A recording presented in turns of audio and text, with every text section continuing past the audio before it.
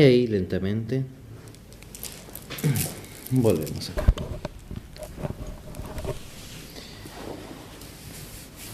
Bueno, vamos a empezar a ver el tema del Kama Sutra. Y yo antes de empezar con el sutra en sí, quiero hacer una muy pequeña introducción a la situación del Buda y la situación donde esto se enseñó. Ustedes saben que lo que hoy es India, lo que hoy conocemos como India, es el resultado básicamente de una explotación colonial, ¿no? Básicamente hasta, bueno, el famoso tema de Gandhi, el famoso tema de Pakistán. Generalmente India, todo el subcontinente estuvo basado en diferentes propuestas de civilización que estuvieron en conflicto, o no en conflicto, en competencia, desde el primer momento en que llegaron los famosos indoarios, provenientes de Irán, desde el reino que en ese momento se llamaba Mitanni, y empezaron a tomar la zona norte, lo que hoy es Pakistán y lo que es el norte de la India. Recuerden que indio viene de la palabra Sindh, que es justamente un río que se encuentra al norte de la India. ¿En qué? La palabra Sindh es justamente qué? un nombre de un río que está cerca de la frontera con Pakistán. Esos mini reinos siempre estuvieron todos divididos. Generalmente estuvieron divididos entre noroeste, centro-sur y este. Y siempre tuvieron diferentes, salvo en algunos momentos muy puntuales, con los mogoles, por ejemplo, que eran un grupo de turco-mongoles que eran el imperio mogol. La mayor parte estuvo subdividida en diferentes reinos.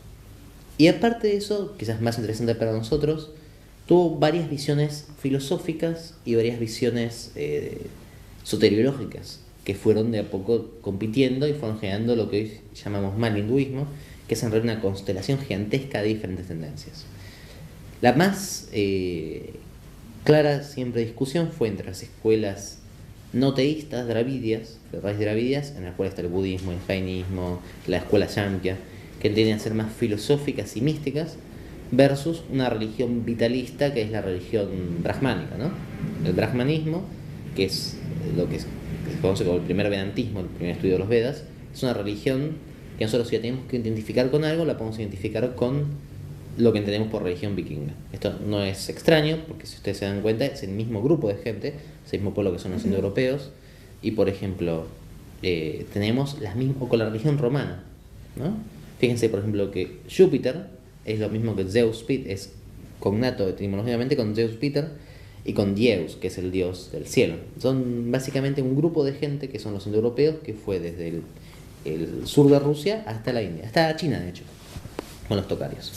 Con lo cual, imagínense lo que eran los romanos o los vikingos, ¿no? Con una religión de estado, con unos dioses bastante terribles, con sacrificios, versus lo que nosotros ahora entendemos por budismo o yoga, ¿no? El yoga es claramente de origen no ario. No ario. ¿Era el brahmanismo? ¿Cómo? ¿El brahmanismo? En realidad tiene un montón de fases, ¿no? En el momento que pasó en el Buda habían pasado el primer Vedanta. Ustedes no sé si alguno ha leído los Vedas, que son los 4 libros básicos. Yo he leído algo de cosmogonías hindúes, es muy difícil. Igual hay muchas tendencias, eso, por ejemplo, en cada momento tenés tendencias muy difíciles, ¿no? Por ejemplo, vos tenés, los primeros Vedas son una cosmología, es muy similar de hecho a la cosmología nórdica. Hay un gigante que se llama Purusha, como el gigante Ymir, ¿no? Y después es separado en partes, que es otro mito común, Claro. de la cual surge el cuerpo, y la mayor parte de ustedes de los textos o hechizos son para ganar en el juego, para conseguir esclavos, es un pueblo bastante guerrero, ¿no?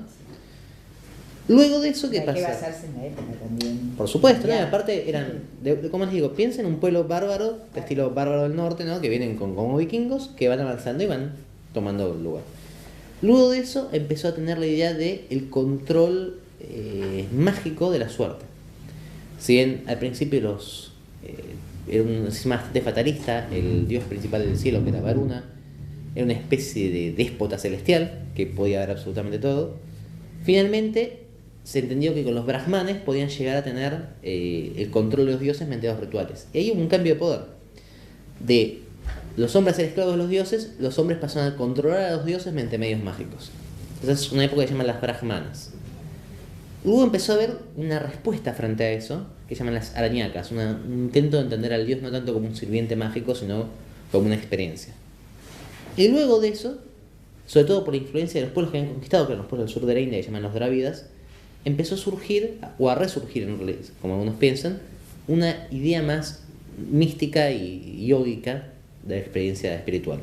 Esta es la época de los Upanishads. Upanishads es un tipo de literatura como los Vedas, y al mismo tiempo es una época. Y Upanishads viene del hecho de que uno tenía que estar sentado a los pies del maestro para recibirlo. Era un conocimiento místico que se pasaba de uno a uno.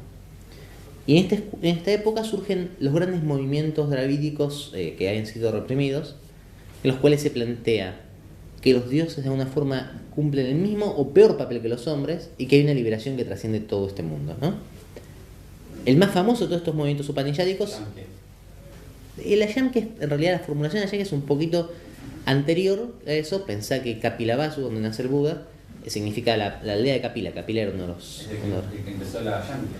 Es el que la codificó. La Yamkya se tiene bastante material para pensar que era previa, ¿no? Que es un sistema de pensamiento iranio, como el taoísmo, ¿no? Como todas estas escuelas. Surge de la zona que hoy es Afganistán e Irán. Pero lo que pasa es que en esta época empiezan a surgir estas formas ya más filosóficamente más complejas y se empiezan a enfrentar con la concepción brahmánica, ¿no? De la casta. En este momento está surgiendo el tema de las castas, de vos tenés que pagarle. Piensan que para una persona ortodoxa hindú, él no puede prender un fuego, por ejemplo. Tiene un brahman especialista en el fuego y tiene que prender el fuego en la casa todos los días. Si no, se muere de frío. Es de literal. Bueno, no se muere de frío porque en el norte de la India, salvo en unos lugares, generalmente no hace tanto frío, pero no puede cocinar. Entonces hay una dependencia directa sobre la casta sacerdotal. Tiene que ver con el Rig Veda. Exactamente. Que Indra es el que... Agni. Mira. Hay una serie de cuestiones bastante ritualísticas que le dan mucho poder a la casta sacerdotal. Generalmente la casta que protestaba contra este poder no eran los campesinos, sino que era la segunda casta. Es otra cuestión que es muy clásico en todos los indoeuropeos, que tienen tres castas: sacerdotes, guerreros y campesinos. Los campesinos no tenían mucha chance de protestar contra nadie, y eran los guerreros los que generalmente tenían siempre el problema, ¿no? Fíjense, en todas las sociedades indoeuropeas, los romanos, sean los celtas, sean como llaman los nórdicos, siempre se ha pasado de una preponderancia sacerdotal y chamánica a un control más guerrero. No es extraño que tanto Mahavira, el especialista, el último de los grandes maestros Jainas, como el Buda Shakyamuni mismo fueran de la casta guerrera. Entonces surgen una multitud de escuelas de interpretaciones. Y aparte, como eran la interpretación de cada uno hacía al pie del maestro de cada uno, ese maestro podía hablar de varias formas, con varios discípulos, tenemos una multiplicidad de escuelas, que todas tienen más o menos el mismo planteo. Consideran que los rituales son inefectivos, consideran que, mejor dicho, son inefectivos en el sentido que se les da, sí tienen sentido entendiéndolo como un proceso interno, pero no como proceso externo. Hay una queja contra la estratificación de la sociedad y hay mucha discusión sobre cuál es la experiencia última, cuál es la respuesta última a la vida. Es una revolución. Es una revolución, es un tipo de revolución. De hecho, hay un libro de Karen Armstrong que se llama La Gran Época, que es justamente se da más o menos con 200 años de diferencia en tres lugares diferentes: en China, en la India y en Grecia. Más allá de eso, en la India mismo está lleno de escuelas. Y el budismo es otra escuela más upanishadica. Es que esa es la más famosa de las escuelas upanishadicas y se aparta del resto de las upanishadicas por el tema de la Natman. Pero fuera de eso, o sea que es una de las cuestiones, como los Jainas se apartan por otras cuestiones, es una escuela upanishadica más, de las cuales hay todavía múltiples, ¿no?